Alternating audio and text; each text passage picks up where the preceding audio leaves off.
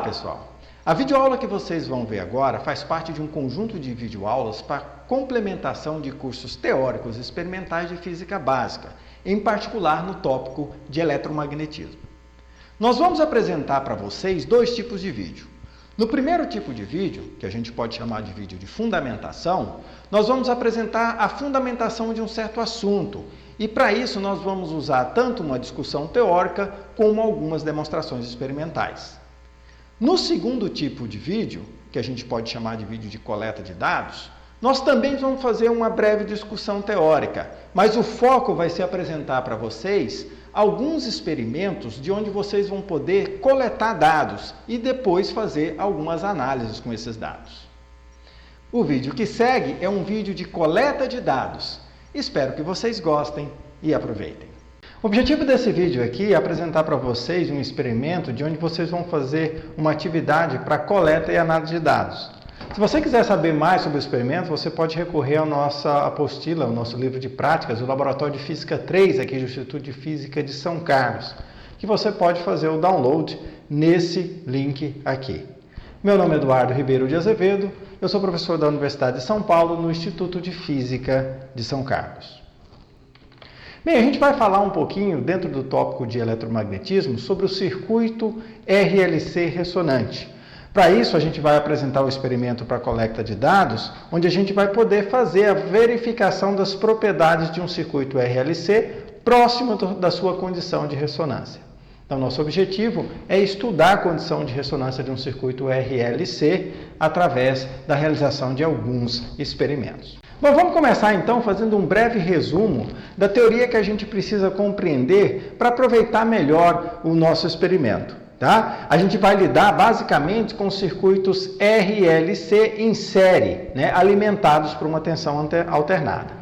Lembrando que a gente tem um vídeo de fundamentação onde a gente discute de maneira muito mais aprofundada os princípios envolvidos na análise de circuito de corrente alternada. E lá você vai achar mais detalhes sobre circuitos RLC. Então, vale a pena dar uma olhada lá antes da gente partir para esse vídeo de coleta de dados. Mas ok, vamos pegar então o nosso circuito RLC, imaginar então que a corrente que eu estou aplicando, ela tem esse comportamento, ela é uma corrente alternada, eu posso escrever como sendo I0 vezes o cosseno de ômega-t, por exemplo.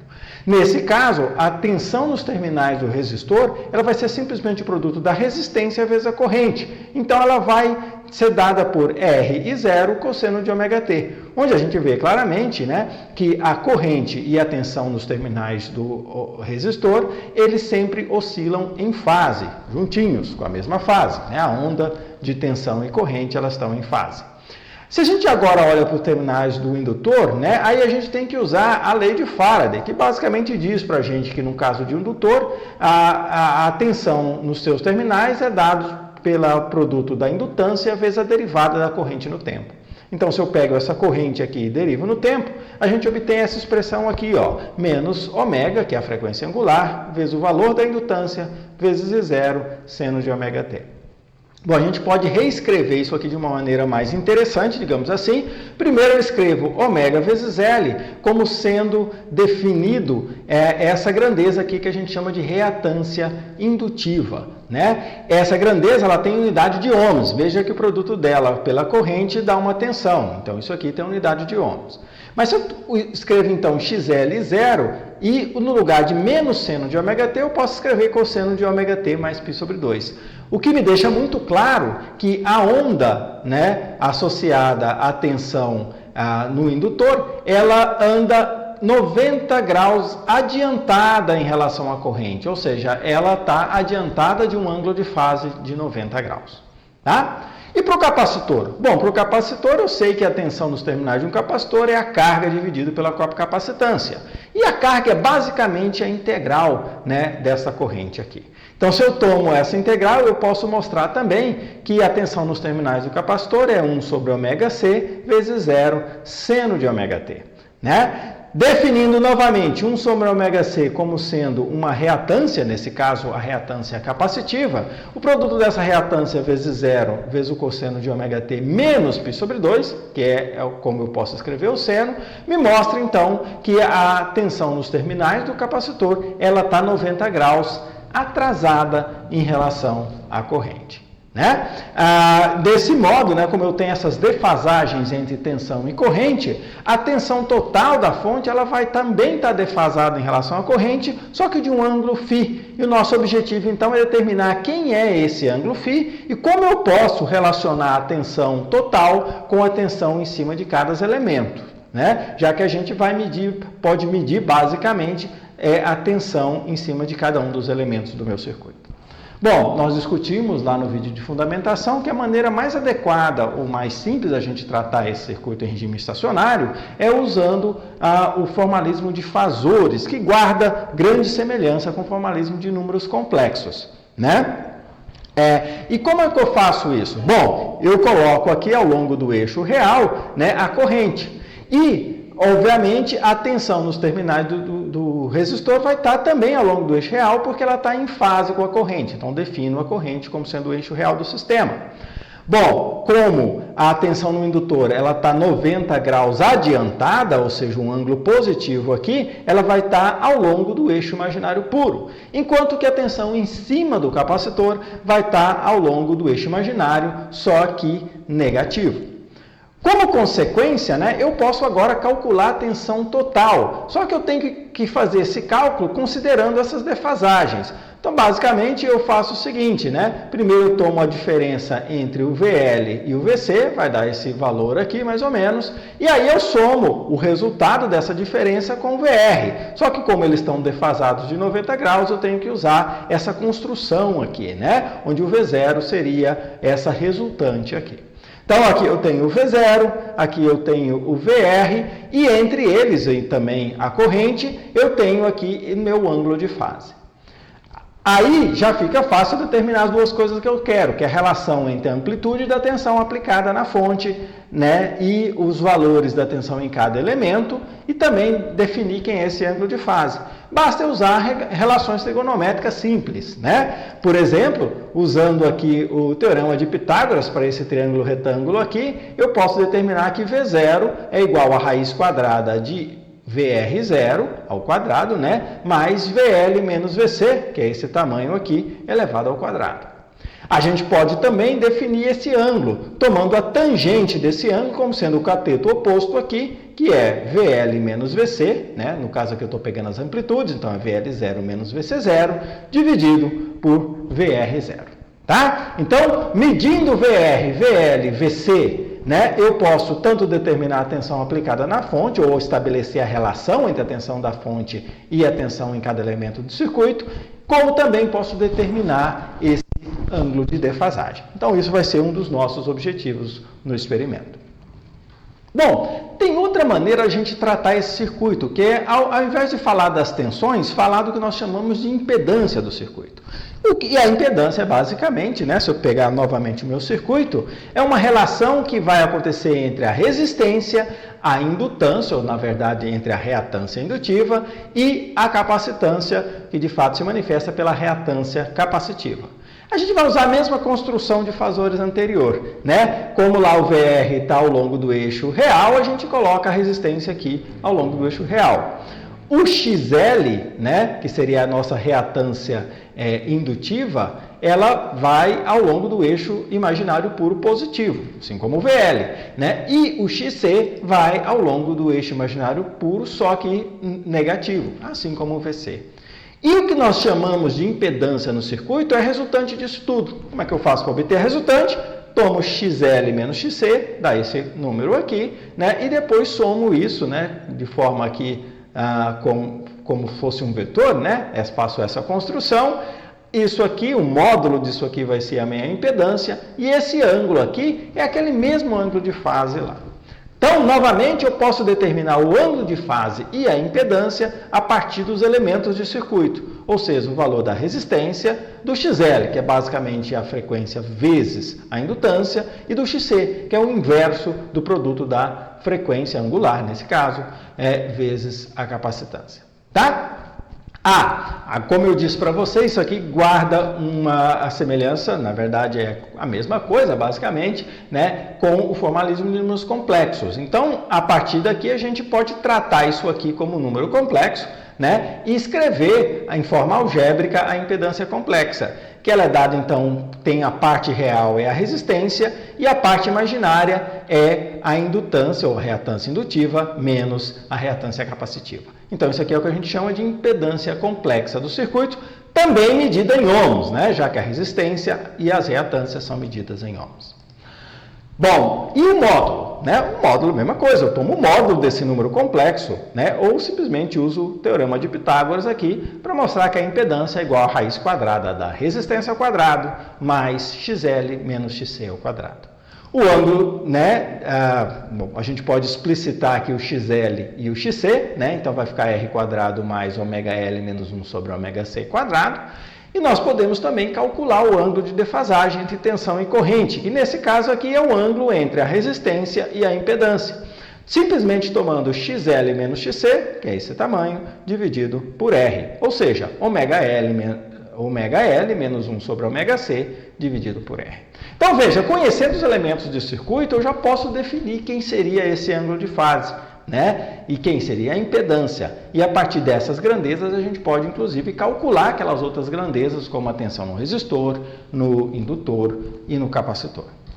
Ok, mas o que é mais interessante aqui é que se eu defino a impedância do sistema, eu posso calcular qual que é a corrente que atravessa esse sistema. Por exemplo, aqui, o valor máximo da corrente, né, ele é dado pelo valor máximo da tensão dividido pela impedância, né, como se fosse lei de Ohm, né, V igual a Z vezes I, né, seria o equivalente da lei de Ohm para a corrente alternada. Isso vai dar, então, V0 dividido pela raiz quadrada de R quadrado mais 1 sobre ômega L, R quadrado mais ômega L menos 1 sobre ômega C elevado ao quadrado. Tá? Então, isso seria o valor da corrente. E aí é que a coisa fica interessante, porque esse comportamento da corrente como função da frequência traz algumas propriedades únicas para esses circuitos RLC. Tá? Uma dessas características é a presença de ressonância. Porque, veja, se eu tenho aqui uma situação ou uma frequência tal que ômega L é igual a 1 sobre ômega C, esse termo aqui da impedância, né, ele vai para zero. E a impedância tem o seu menor valor possível. Como consequência, nessa condição, a corrente adquire o maior valor possível. A corrente passa a depender da frequência que eu estou alimentando o meu sistema. Tá? Então, nessa situação que eu posso isolar o ômega aqui e mostrar que essa frequência aqui, que a gente chama de ômega zero, ou frequência de ressonância, é 1 sobre a raiz quadrada da indutância vezes a capacitância. Então, veja, escolhendo adequadamente o indutor e o capacitor, a gente tem como determinar a frequência de ressonância do circuito. E na ressonância, a gente tem propriedades muito especiais com o circuito RLC. A gente pode ver várias aplicações lá que eu mencionei no vídeo de fundamentação sobre ressonância em circuitos RLC. Tá? Ok, vamos lá. Então, eu tenho ressonância, isso aqui é a minha frequência de ressonância, e o comportamento da corrente, ou seja, a curva de corrente como função da frequência, basta graficar aqui o I0 como função de ômega, usando essa expressão aqui, ela é dada por isso aqui, ó. Veja que na ressonância, ou seja, quando a frequência é igual a 1 sobre raiz de LC, né, eu tenho um pico de corrente, eu tenho o máximo a corrente, e aqui está graficado também que seria a impedância e o mínimo de impedância. Tá? Nessas são as características de um circuito em ressonância. Bom, olha só, a outra grandeza importante que vai ocorrer aqui, né, é a largura da curva, né? A largura dessa curva aqui, a gente toma essa largura quando a corrente ela é I0 sobre raiz de 2, ou seja, a frequência que eu vou usar aqui para medir a largura seria a frequência que faz essa condição aqui, né? O máximo da corrente dividido por raiz de 2. Por que I0 sobre raiz de 2? Né? Basicamente porque o que importa, na verdade, no circuito é a potência.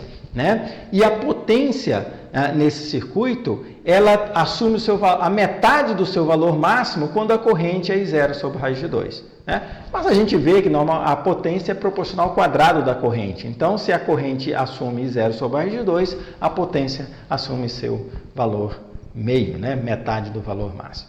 Então, a gente sempre vai definir a largura da curva de ressonância como sendo essa largura aqui. E pode ser calculado, basta usar essa expressão aqui, que essa largura aqui é igual ao valor da resistência dividido pela indutância. Então, a largura de uma curva de ressonância depende da resistência que eu tenho no meu circuito, né? Quanto maior a resistência, maior vai ser a largura, e da indutância. Quanto menor a indutância, maior vai ser a largura. Tá? Olha, e aí a gente pode ter aqui agora outro conceito importante, que é o quão efetivo é o meu circuito ressonante. Digamos assim, a qualidade do meu circuito ressonante. Um bom circuito ressonante é aquele circuito que maximiza a corrente na frequência de ressonância e essa corrente cai a zero rapidamente fora dessa frequência, né? Porque a gente vai querer que o circuito responda essencialmente no circuito RLC ressonante, né? A gente vai querer que a resposta seja na frequência de ressonância. Ou seja, em outras palavras, a gente vai querer que essa largura aqui seja a menor possível. Quanto menor for essa largura, digamos assim, maior a qualidade do meu circuito de ressonância. Tá? E para a gente quantificar isso, a gente tem um fator que é chamado de fator de qualidade do circuito, que é basicamente a gente tomar a frequência central, ou seja, a frequência de ressonância, e dividir pela largura da curva. Substituindo a largura por R sobre L aqui, a gente tem que o fator de qualidade é ω0 L sobre R. Você pode também substituir o ω0, aqui você vai ter uma expressão para o fator de qualidade só em termos de L, C e R. Tá? Então, esse é outro parâmetro importante para a gente caracterizar no nosso circuito, o fator de qualidade.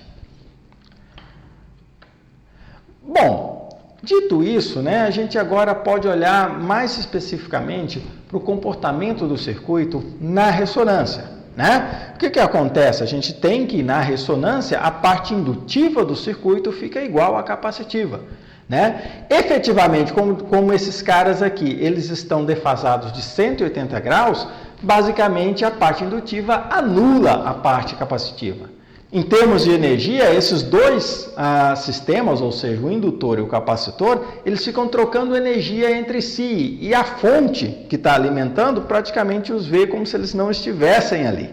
Né? Então, o circuito se torna um circuito puramente resistivo na ressonância. Se a gente olhar para a impedância, esse termo aqui vai para zero, porque olha, a parte indutiva, a reatância indutiva fica igual à reatância capacitiva e a impedância fica igual à resistência. Além disso, o ângulo de fase aqui, né, que é ω0L menos 1 sobre ω0C, como isso aqui fica zero, a tangente do ângulo de fase é zero e o ângulo de fase é zero. O circuito se comporta como se fosse puramente resistivo, né? A impedância do circuito é a resistência que tem, né? E a defasagem entre a tensão e corrente, a tensão total e a corrente, é zero. Eles andam em fase, como se só existisse o resistor no meu circuito. Né? Então, na ressonância a gente tem essas características, né? Mínima impedância, máxima corrente, máxima dissipação de energia, comportamento resistivo, né? Z igual a R, e I e V oscilando em fase. Tá? Então, essas são características bem peculiares do circuito RLC ressonante, e é isso que o torna tão importante e com tantas aplicações em várias áreas. Né? Então, vamos ver um pouquinho do nosso primeiro experimento sobre o tema. Vamos lá então para o nosso experimento com o circuito RLC ressonante. A gente vai usar basicamente o que a gente já tem discutido. Uma fonte de tensão alternada, um resistor. Aqui a gente vai usar uma bobina que a gente pode caracterizar como sendo um indutor em série com uma resistência, que seria a resistência da bobina. Né? Lembrando que a gente não consegue separar essas duas coisas, por isso representamos assim. E um capacitor, tá? Como o nosso objetivo é, então, medir a corrente como função da frequência no circuito, eu vou precisar, obviamente, de uma fonte onde eu consiga variar a frequência. Então, a gente vai usar uma fonte de frequência variável. E, para monitorar a corrente, a gente vai usar aquele velho truque de medir a diferença de potencial ou a tensão nos terminais do resistor, tá? E dividir esse valor pela resistência para obter, então, a corrente, tá? Só um detalhezinho importante. Se a gente for fazer esse experimento aqui, né, no laboratório com o osciloscópio, tá, eu necessariamente tenho que fazer dessa maneira. né? Porque o osciloscópio é um instrumento que não mede corrente elétrica, ele mede tensão. A vantagem do osciloscópio é que o osciloscópio consegue monitorar, né, diferenças de potenciais em uma ampla faixa de frequência, pode ir de alguns hertz até gigahertz nos osciloscópios mais modernos, tá? Agora, você pode falar assim, não, eu não tenho osciloscópio, quero fazer esse experimento aqui com voltímetro. Dá para fazer? Dá. A única limitação é que os voltímetros, mesmo quando configurados aqui para medir corrente alternada, eles funcionam bem até no máximo 2 kHz na maioria dos voltímetros, né? Então você tem que cuidar para que os seus parâmetros do circuito te dê valores que estejam com frequências abaixo dessa faixa. Por exemplo, a frequência de ressonância, que é o nosso objetivo aqui, tem que estar abaixo dessa faixa de 2 kHz. Nós aqui, nas medidas que a gente vai utilizar o voltímetro, a gente já configurou os valores aqui de indutância e capacitância para que as frequências estejam abaixo desse limite do voltímetro. Tá? Então, numa parte do experimento, sim, a gente vai utilizar o nosso voltímetro. Agora, é uma coisa importante, né? A justificativa que a gente usa a média tensão nos terminais do resistor porque não consegue medir corrente, para um voltímetro isso não se, digamos assim, sustenta, né? A gente poderia pegar um multímetro digital e medir a corrente diretamente aqui, tá? Mas mesmo nesse caso tem uma desvantagem de você fazer isso, tá? E a razão é o seguinte, qualquer instrumento tem uma resistência interna. Os amperímetros, eles têm uma resistência interna que é o mais baixo possível, na faixa aí de alguns ohms, né?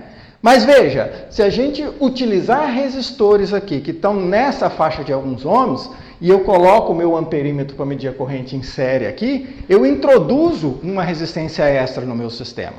Fica mais difícil caracterizar, então, o meu circuito, tá?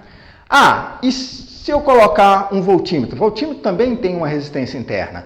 Só que os voltímetros são instrumentos de altíssima resistência interna. Por exemplo, no voltímetro digital que a gente vai estar usando aqui, a resistência interna é da ordem de 10 megaohms.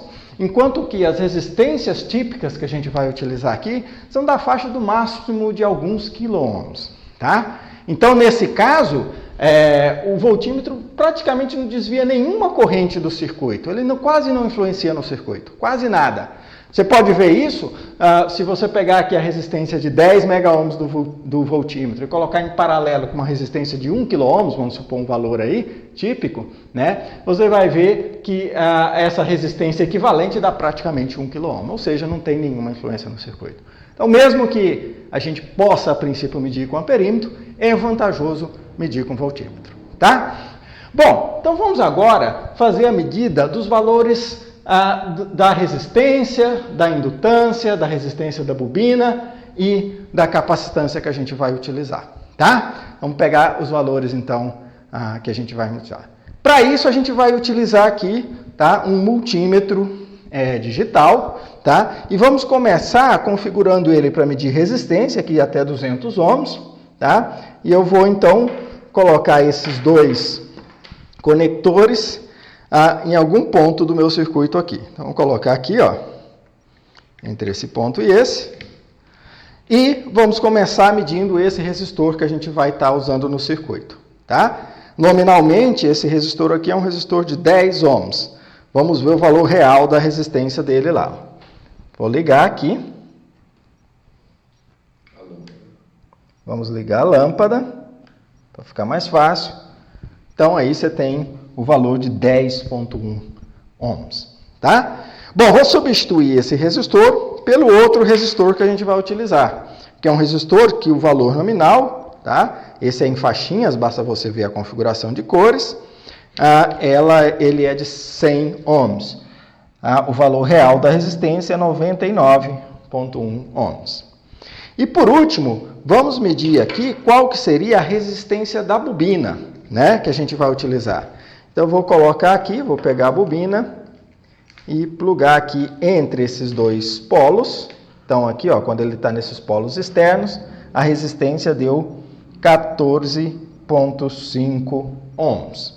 Se eu colocar aqui entre esses dois polos, a gente também vai fazer uma medida com a bobina nessa configuração, isso aqui dá 6,7 ohms, tá? Então a gente já tem todos os valores de resistência que a gente vai precisar. Agora, vou mudar a configuração do voltímetro aqui, né? Se eu tiro esse cara daqui, coloco aqui e coloco isso aqui, tá? Eu consigo medir capacitância, né? Então agora o multímetro está configurado para medir capacitância. Novamente, vou colocar entre dois pontos aqui da minha plaquinha, vou colocar primeiro esse capacitor azul aqui que a gente vai utilizar, tá? O valor nominal desse capacitor azul aqui é de 1 microfarad. Vamos ver o valor real que dá. Olha lá, 1,029 microfarads. Ok? Próximo capacitor que a gente vai usar é esse aqui, né? O valor nominal é de 3,3 microfarad. Então, o valor que a gente tem aqui é de... Deixa eu mudar a escala. Vamos acender a lampadinha. 3,39 microfarads. Tá? Então, a gente mediu aqui todos os componentes, tá? Nosso resistor aqui, a gente vai usar 10 ohms, o valor exato foi medido, ou 100 ohms. A nossa indutância vai ser de mais ou menos 44 mA, né? Ou na outra configuração, 10 mA, tá? A resistência da bobina na configuração de 44 mA deu 14 ohms, na configuração de 10 mA deu mais ou menos 7 ohms, né? Vocês têm o valor exato no vídeo aí. E as capacitâncias, ora um capacitor de 1 microfarad, o azul, e o vermelho de 3,3 microfarad. Tá bom? Bom, gente, agora, no primeiro experimento que nós vamos fazer com vocês, a gente de fato não vai usar o voltímetro para medir, porque a gente vai ter que variar a frequência, né, e medir a tensão. No laboratório, no dia a dia, é o que você faz. Você pega lá a sua fonte, bota a frequência, mede a tensão no voltímetro. Varia a frequência, mede a tensão. Vai monitorando então a tensão em cima do resistor como função da frequência e depois converte isso para uma curva de corrente como função da frequência, tá? No vídeo aqui, para ser mais rápido, a gente vai usar o nosso circuito com o Arduino, tá? Então vamos dar uma olhadinha de como é que a gente faz isso aí. Bom, então para a gente fazer essa medida em forma automática, a gente vai usar aqui um sistema baseado na plataforma do Arduino, né? Como é que mais ou menos funciona isso? Você tem aqui a plaquinha do Arduino. Essa plaquinha do Arduino aqui, ela vai controlar um gerador de função e vai pedir para esse gerador de função gerar uma tensão com uma certa frequência. Essa tensão é gerada normalmente em baixo nível. Então, antes de você aplicar no circuito, a gente passa isso por um amplificador. Então, ele vai gerar uma tensão aqui cossenoidal, né, que vai ser aplicada em relação à Terra aqui. Então, a tensão daqui até aqui é a tensão total aplicada no meu circuito RLC, equivalente a isso aqui, né, V cosseno θ aqui. Aqui em série eu tenho o capacitor, a bobina e o resistor. E olha, nos terminais do resistor, você tem lá aqui, ó, essa tensão que tem a forma da corrente, né? E uma vez que você coloca essa tensão, passa isso por um retificador, a resposta vai ser uma tensão contínua, cujo valor é exatamente o valor RMS da tensão nos terminais do resistor. Aí você retroalimenta isso aqui para o Arduino. Então o Arduino vai saber qual a frequência que foi gerada e qual a tensão nos terminais do resistor para aquela frequência, né? Joga isso para o computador, você tem um par, né, de tensão, frequência. O Arduino varia a frequência, mede novamente a tensão e aí você vai construindo um gráfico da tensão como função da frequência, né? Então esse gráfico que a gente vai estar vendo na tela. Tá? Bom, olha só, então aqui eu tenho o circuito. O que a gente tem aqui basicamente? Ó, entre esse ponto e esse está a fonte. Então esse cabo aqui, que está ligado lá na plaquinha do Arduino, vai prover a tensão entre esse ponto e a terra. Então esse ponto aqui é o ponto terra. Aí você tem entre esse ponto aqui e esse ponto aqui, esses dois pontos, ó, está medindo a tensão entre a terra e o outro terminal do resistor. Então aqui eu tenho o terminal terra, que é esse aqui, e esse aqui está no outro terminal do resistor. Estou monitorando a tensão aqui em cima do resistor, tá? E aí você tem a bobina e o capacitor, tá? A gente vai começar, né, a medir.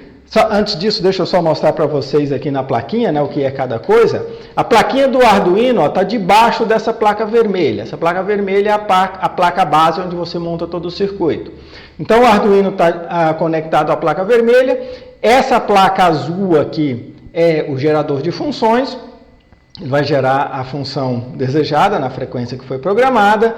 E esse elemento preto aqui é o amplificador, né? Então, a gente tem exatamente aquele circuitinho ali, tá? Vamos lá, vamos começar então a falar um pouquinho do que a gente vai medir, ou dos parâmetros do nosso circuito, tá? A gente vai ter aqui um capacitor e a gente vai começar com um capacitor de 1 microfarad, né? A gente acabou de medir o valor real desse capacitor. Eu vou me referir sempre aos valores nominais, mas na hora de você fazer a conta ou de fazer a análise, você sempre vai usar o valor que a gente acabou de medir lá com o multímetro, tá? Então a gente vai começar com um capacitor de 1 microfarad. A bobina vai estar configurada numa situação que a indutância é 44 mA, valor exato a gente acabou de medir, e a resistência nesse caso é em torno de 14 ohms. E o resistor inicial que a gente vai colocar aqui vai ser um resistor de 100 ohms, cujo valor exato também a gente mediu. Então vamos começar aqui, ó. Vou começar com 1 microfarad. Aqui eu tenho 14 ohms para a resistência da bobina e a indutância 44 mH. A resistência em série aqui que a gente colocou é de 100 ohms, ok? Então, isso é o que a gente vai ter, tá? Deixa eu abrir, então, aqui o programa, tá? Esse é o programa que a gente vai utilizar para a medida. Veja que ele vai me dar tensão, no caso, nos terminais do resistor, como função da frequência. Bom, qual a faixa que a gente vai trabalhar? Nós vamos começar aqui com uma frequência de 100 Hz e vamos até 2.500 Hz, né? E o passo vai ser de 2 Hz. Então, deixa eu enviar isso para o sistema. Você viu lá a luzinha piscando, recebeu os dados. E agora, quando eu iniciar aqui, você pode começar a monitorar a tensão como função da frequência, tá? Lembrando, né, que a partir desse valor, você pode obter a curva de corrente como função da frequência. Basta você pegar os valores medidos aqui e medir como função da frequência, tá? Vamos lá, vamos começar a medir então.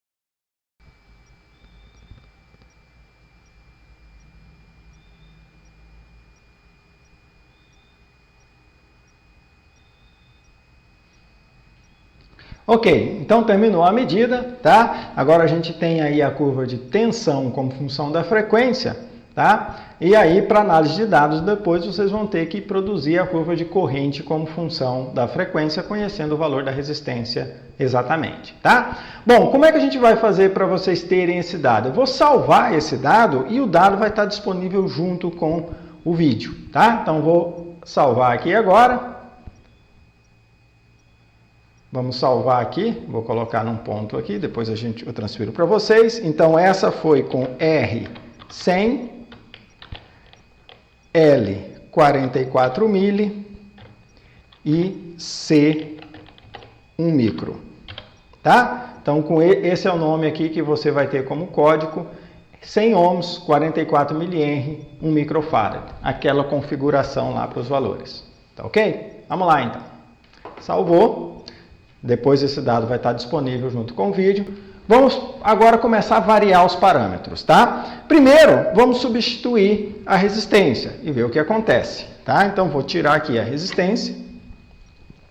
Tirei esse resistor de 100 ohms, coloquei um resistor, né, de 10 ohms, cujo valor exato a gente mediu agora há pouco. E vamos novamente adquirir. Deixa eu limpar esse dado aqui, a gente adquirir novamente a partir do zero. Um detalhe aqui, né? Tá vendo que a tensão aqui é 0,25 volts? Isso aqui é um offset do sistema, tá? Então, todos os dados depois você pode subtrair esse valor. Esse valor é constante ao longo de todo o experimento, tá? Não precisa se preocupar com ele. Então, peguem todos os valores de dados e subtraiam 0,25 volts para você ter a tensão 0 volts no zero.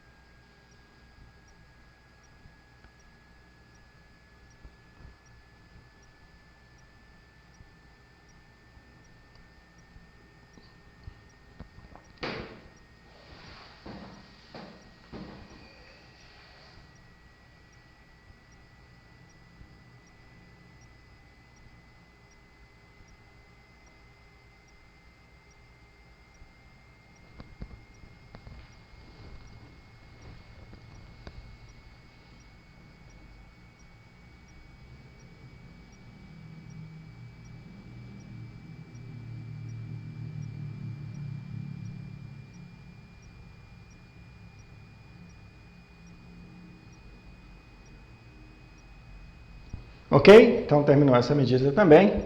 Vamos salvar. Tá? Então, agora, esse arquivo nós vamos salvar como R10, L44 mili, C1 micro. Tá aí. Depois vocês vão ter esse dado disponível. Agora, vamos fazer o seguinte, né? Vamos trocar o capacitor para ver o que acontece. Então, eu vou substituir aquele capacitor aqui, que era o meu capacitor de 1 microfarad, pelo capacitor de 3,3 microfarads. Valor nominal, valor exato a gente mediu. Então, vamos só substituir agora esse capacitor, né? A gente está com 3,3 microfarads. Eu tinha esquecido de mudar a resistência aqui, então agora, né, e na medida anterior também, a gente está com um resistor de 10 ohms. Valor nominal. Vamos limpar aqui e novamente iniciar a medida.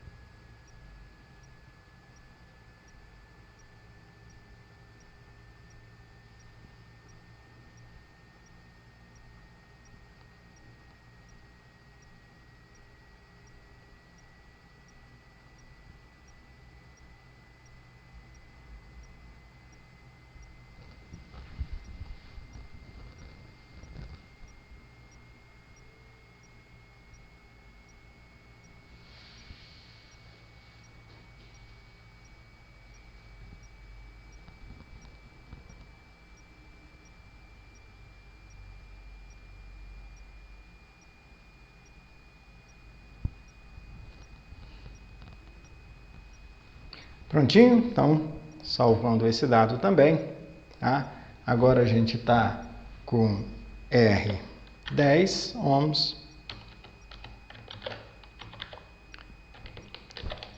L 44 milihenries e capacitor de 3,3 microfarad.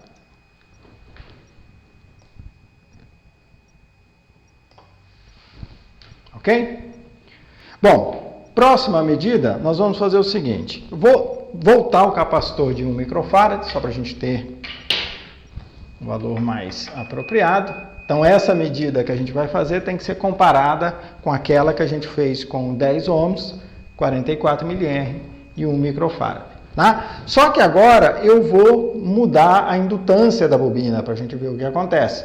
Então, agora eu vou tirar desse ponto, que era 44 mA e 14 ohms de resistência interna da bobina, e mudar para esse ponto que é 10 milihenries, como a gente mediu, e resistência da bobina em torno de 6,7 ohms. Tá? Então agora a gente vai estar com essa configuração aqui. Ó. Voltamos para 1 microfarad. Agora a gente tem uma resistência aqui em torno de 6,7 ohms. A gente tem o valor exato. Isso aqui também em torno de 10 milihenries. Tá? Então, outro conjunto de medidas para vocês. Limpei. Vamos lá.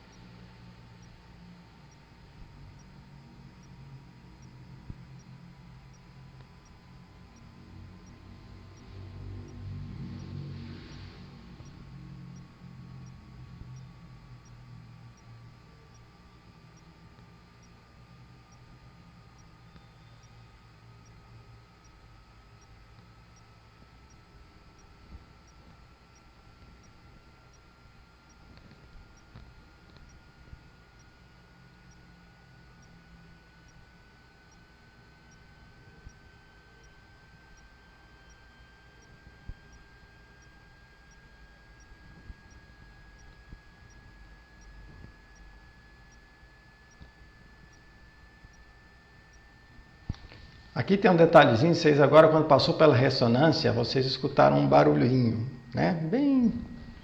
Uma frequência bem alta. Já já a gente discute qual a origem desse barulho.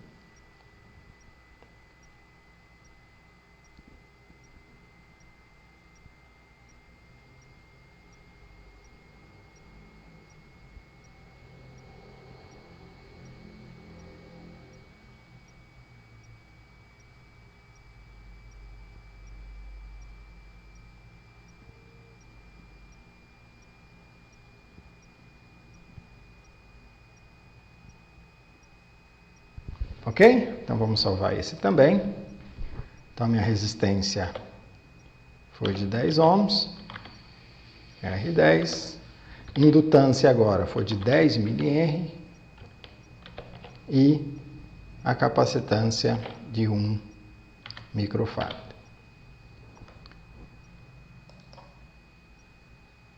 Tá? Então tá aí, com esses dados que vão estar disponíveis para você, você pode agora levantar as curvas de corrente, analisar as frequências de ressonância, analisar a largura dessas curvas e comparar com os valores esperados a partir, né, de tudo isso. Mas nós vamos discutir agora que análises específicas vão ser necessárias nesse conjunto de experimentos. Tá? Eu mencionei para vocês, né, que quando a gente passou pela ressonância, vocês escutaram um barulho, né, um ruído, né, um barulho com a frequência definida, tá? Bem nitidamente. Estava fraquinho, mas acho que todos conseguiram escutar. Se não, aumenta o volume do vídeo aí, você vai conseguir ver. Tá? Esse barulho é interessante porque, de fato, é o fato de que você tem, na frequência de ressonância, uma alta corrente. Como você tem alta corrente passando pelo fio, você tem vibração mecânica da bobina. Essa vibração mecânica é transformada em onda sonora e é esse barulho que você escutou. Tá ok? Então vamos lá, vamos dar uma olhada agora, uma discutida em que análise de dados que a gente vai precisar fazer. Bom, vamos ver agora algumas análises que a gente pode fazer com esses dados que a gente acabou de adquirir. Né? Basicamente, nos experimentos, a gente levantou a dependência da tensão nos terminais do resistor como função da frequência em um circuito RLC série.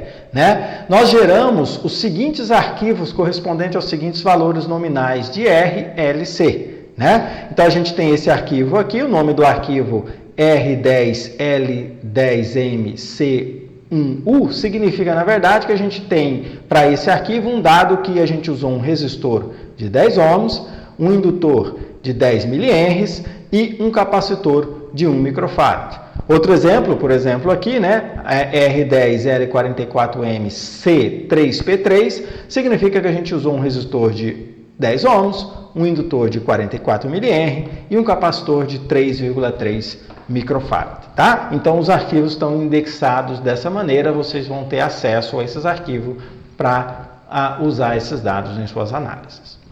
Bom, antes da gente falar especificamente sobre quais análises vamos fazer, eu queria falar um pouquinho sobre o formato dos dados no arquivo, para você, na hora que abrir, saber exatamente o que está lá dentro. Bom, basicamente você tem lá duas colunas, uma coluna X e Y, né? Na primeira coluna você tem os valores de frequência e na segunda coluna você tem os valores da tensão no resistor, né, correspondente àquela frequência. Então nós fizemos a medida da tensão no resistor aqui para várias frequências da tensão aplicada e lá o que você vai ver no arquivo é uma coluna onde tem a frequência e a outra coluna onde tem a tensão no resistor correspondente. Tá? O cabeçalho é basicamente o nome do arquivo e também tem lá os índices de cada coluna.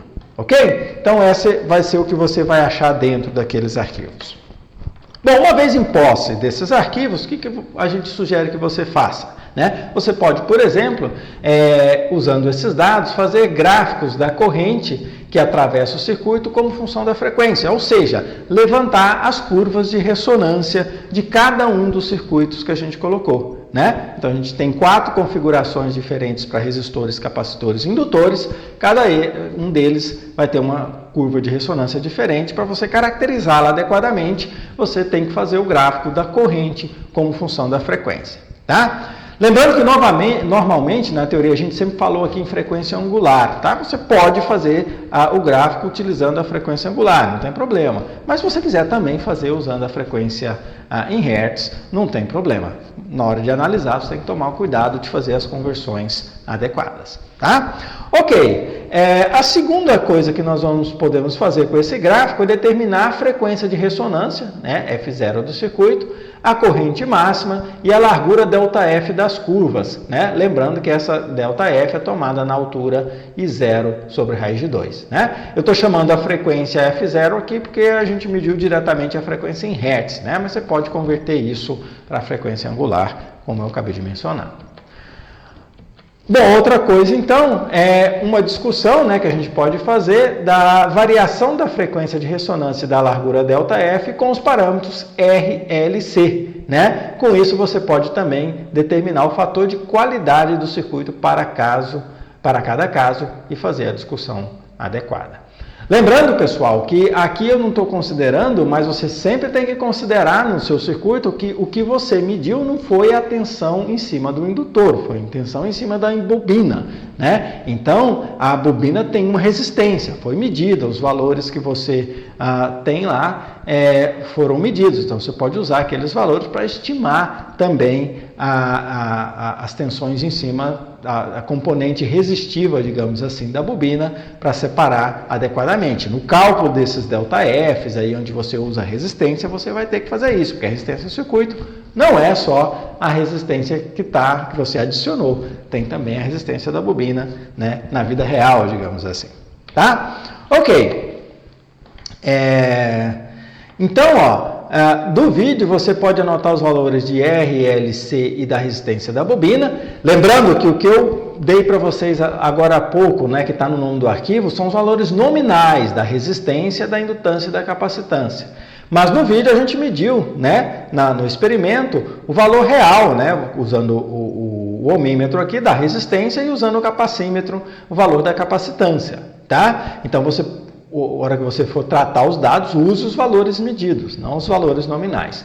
A gente não mediu o valor da indutância no vídeo, né? Mas de fato aquele valor que a gente apresentou de 44 mA e 6 mA é o valor real, não é o valor nominal, né? A gente tinha medido isso previamente. E a resistência da bobina também foi medida. Com esses valores aí você pode calcular os valores esperados para a frequência de ressonância e da largura das curvas, né? Então você vai fazer o cálculo, né, que você tem a medida, agora você pode fazer o cálculo baseado, né, nos valores dos elementos do circuito.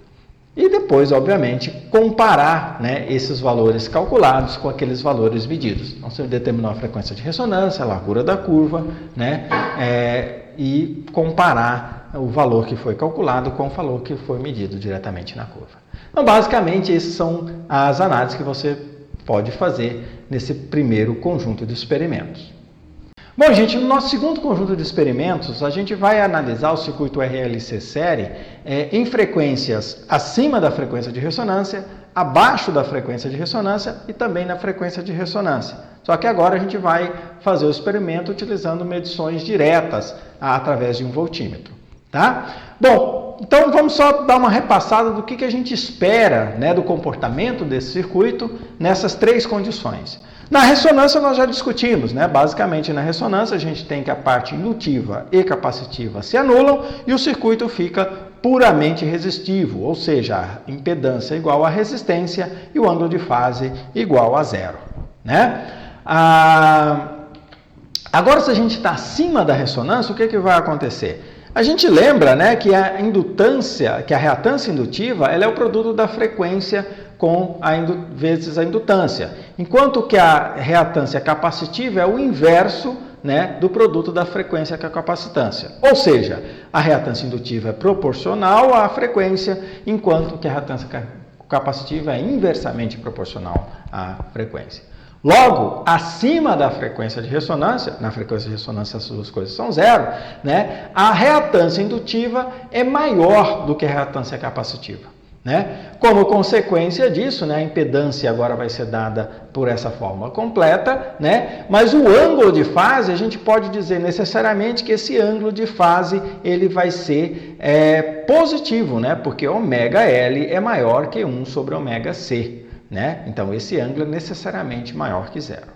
Isso significa, né, que acima da ressonância, a tensão total ela vai estar adiantada em relação à corrente.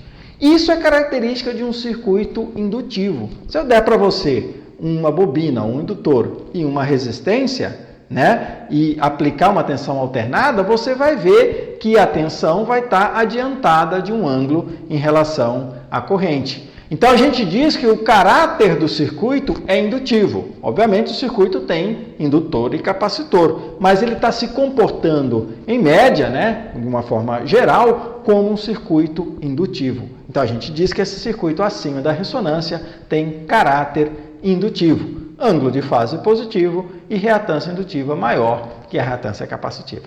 Então são características básicas desse circuito acima da ressonância. E abaixo da ressonância? Bom, abaixo da ressonância acontece o contrário, né? Agora, quem vai ser maior vai ser a reatância capacitiva, né? Já que esse valor aqui é inversamente proporcional à frequência. E como o resultado, esse ângulo, já que esse termo é maior que esse, vai ser um ângulo negativo. Significa, então, agora que nesse circuito abaixo da frequência de ressonância, tá? A tensão total está atrasada em relação à corrente. E o circuito se comporta como um circuito capacitivo. Ou seja, a gente diz que o circuito tem caráter capacitivo. Né? Então, abaixo da frequência de ressonância, eu tenho reatância indutiva menor que reatância capacitiva, né? Ângulo de fase negativo, ou seja, tensão total atrasada em relação à corrente, e o circuito tem caráter que a gente vai denominar de capacitivo. Então é isso aí. Vamos ver lá então a segunda parte do experimento. Bom, gente, então vamos agora para um experimento para mostrar essas defasagens que tem entre os valores de tensão no circuito RLC, tá? Para isso a gente vai usar novamente o nosso circuito RLC, onde eu tenho aqui um gerador, que a gente vai escolher uma frequência, aqui um resistor, uma bobina, né, que a gente pode representar por um indutor em série com uma resistência e um capacitor. Nessa configuração que a gente está aqui, a gente vai estar usando um capacitor de 1 microfarad.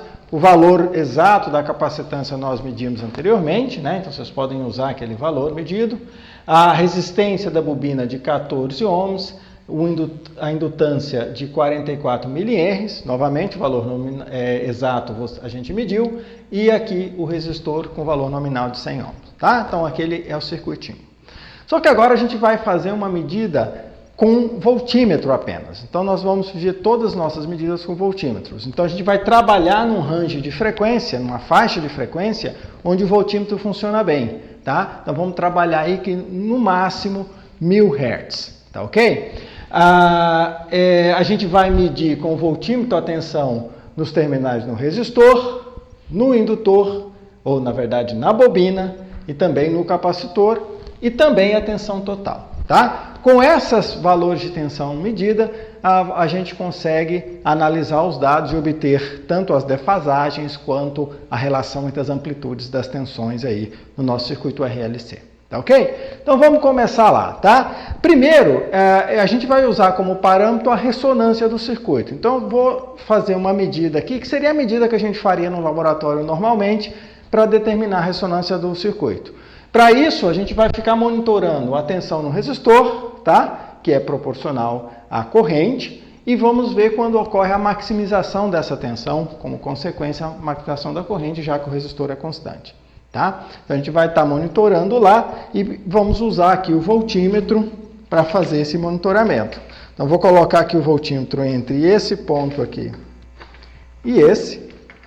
Então, ó, aqui tem um curto-circuito, isso aqui é tudo conectado atrás da placa. Eu estou medindo a tensão diretamente nos terminais do resistor. Tá? Então, aqui está configurado para a gente medir. E o valor da tensão vai aparecer aqui nesse mostrador que está conectado, que é a saída do voltímetro conectado lá atrás da placa.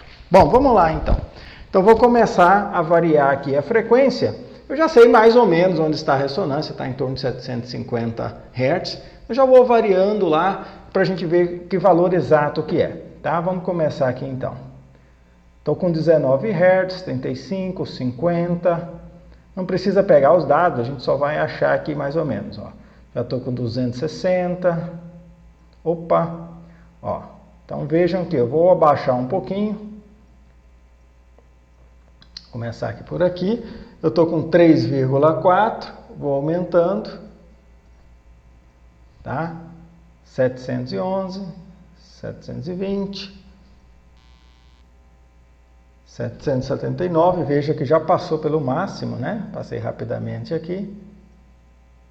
O cursor é bem sensível.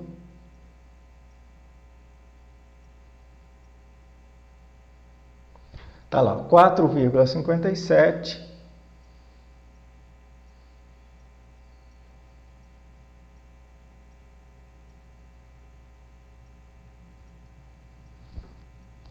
Veja aqui, estou variando aqui, está sempre em 4,57. Então está lá em torno de 750 Hz, né?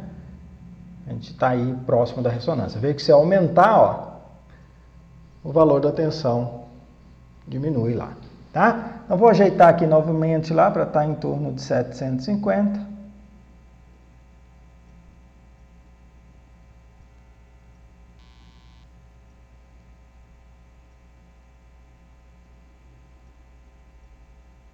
Tá aí, ó, 700.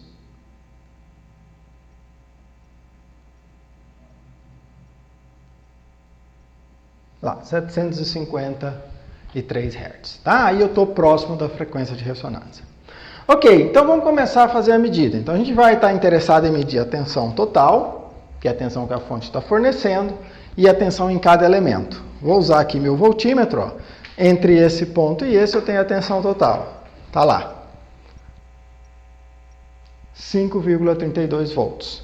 Entre esse ponto e esse, como a gente já tinha medido, mas vamos repetir, eu tenho a tensão nos terminais do resistor aqui, 4,57. Entre esse ponto e esse, eu tenho a tensão nos terminais da bobina, 9,69. E entre esse ponto e esse,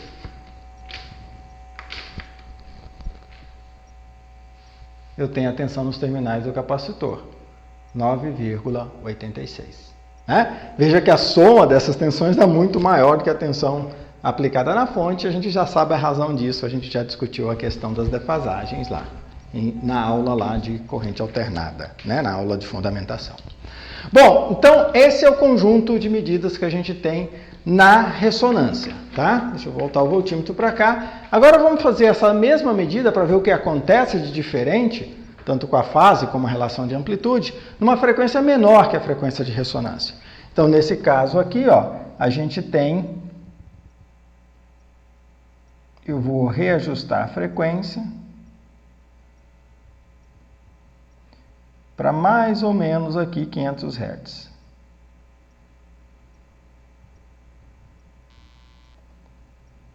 Tá aí, né? Estou com 504, 507, 508 Hz por ali, tá? Novamente, vai lá a medida das tensões. Tensão na fonte.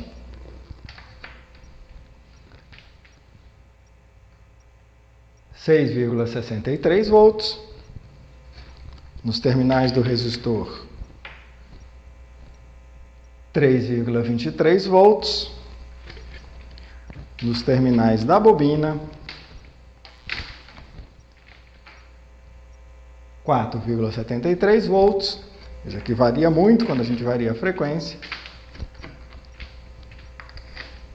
Nos terminais do capacitor, 10,18 volts. Tá? Então, esse é o conjunto de medidas para 500 Hz. Agora vamos para a frequência acima da ressonância. Então, eu vou aqui ajustar para mais ou menos 1 kHz, né? Deixa eu voltar aqui o voltímetro para o lugar antes. Vamos lá. Opa, acertei bem aí, ó. Deu 1009, 1007, 1008, 1009 Hz. Tá? Então, estou com mais ou menos 1 kHz. Vocês têm o valor exato da frequência aí mostrada. E aí a gente pode medir a tensão na fonte, 6,24 volts. Os terminais do resistor, 3,67 volts. E nos terminais da bobina, 10,43 volts, 42. E nos terminais do capacitor, 5,97 volts.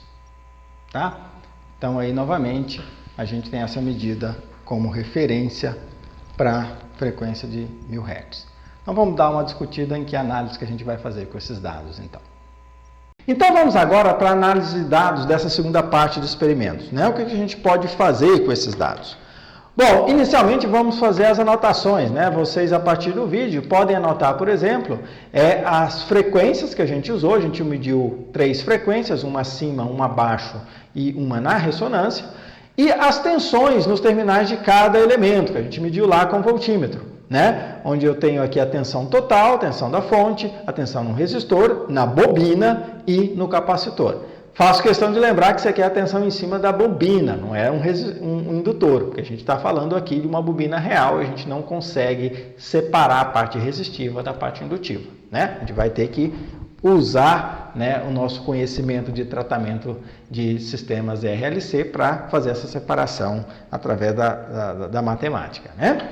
Ok, Então vamos lá, o que a gente pode fazer? Então com os valores da tabela dos elementos R, L, C e RB, RB aqui eu estou representando como sendo a resistência da bobina, né? Lembrando sempre de usar os valores medidos quando você tem, né? A gente pode determinar o valor RMS da corrente que atravessa o circuito para cada uma das frequências.